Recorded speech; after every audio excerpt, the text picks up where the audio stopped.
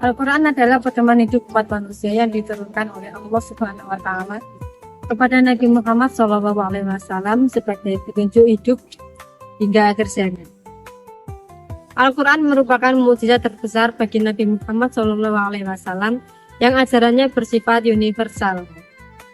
Berbeda dengan kitab sebelumnya, Al-Quran dijaga keasliannya oleh Allah Subhanahu wa Ta'ala hingga akhir zaman dan menjadi rujukan utama dalam menghadapi berbagai persoalan hidup.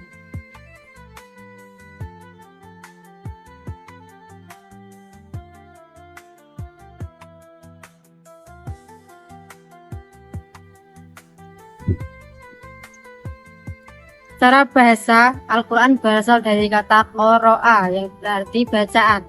Namun secara istilah, Al-Quran adalah kalam Allah yang diturunkan kepada Nabi Muhammad SAW melalui malaikat Jibril. Ditulis dalam mushaf, diriwayatkan dengan mutawatir, dan membacanya termasuk ibadah.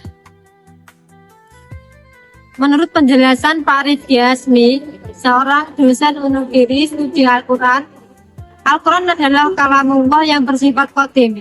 Artinya sudah ada sebelum adanya Nabi Muhammad SAW, bahkan sebelum penciptaan alam semesta ini. Lantas, bukanlah Al-Quran diturunkan pada masa Nabi Muhammad SAW? Ya, memang betul. Tapi yang dimaksud di sini adalah penurunan atau tanzil dari Al-Quran yang bersifat qadim, yang berada di Lauhul Mahfuz dan diturunkan kepada Nabi Muhammad SAW sebagai wahyu. Jadi kesimpulan dari penjelasan beliau adalah Al-Quran bersifat qadim atau sudah ada sejak zaman dahulu yang berada di Lauhul Mahfuz yang diturunkan kepada Nabi Muhammad SAW berupa wahyu.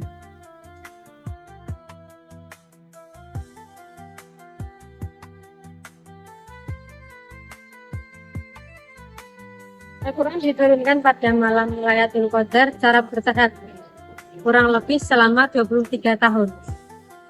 Al-Quran terdiri dari 114 surat, 30 juz, dan lebih dari 6.200 ayat sebagai pedoman hidup seluruh umat manusia.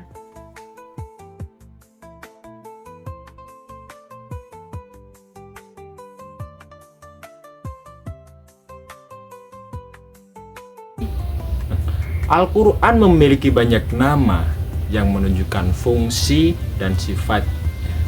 Di antaranya Al-Kitab, Al-Furqan, An-Nur, Asy-Syifa, dan Ar-Rahman.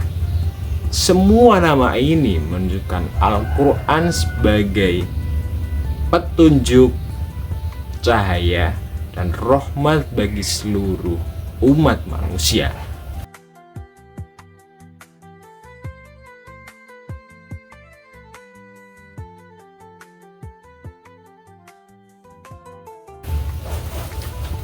Al-Quran dan hadis qudsi sama-sama bersumber dari Allah Subhanahu wa Ta'ala. Namun, Al-Quran memiliki makna dan lafaz dari Allah serta menjadi mukjizat bagi Nabi Muhammad. Sedangkan hadis qudsi maknanya dari Allah, tetapi redaksinya dari Nabi Muhammad sendiri dan membacanya tidak bernilai ibadah.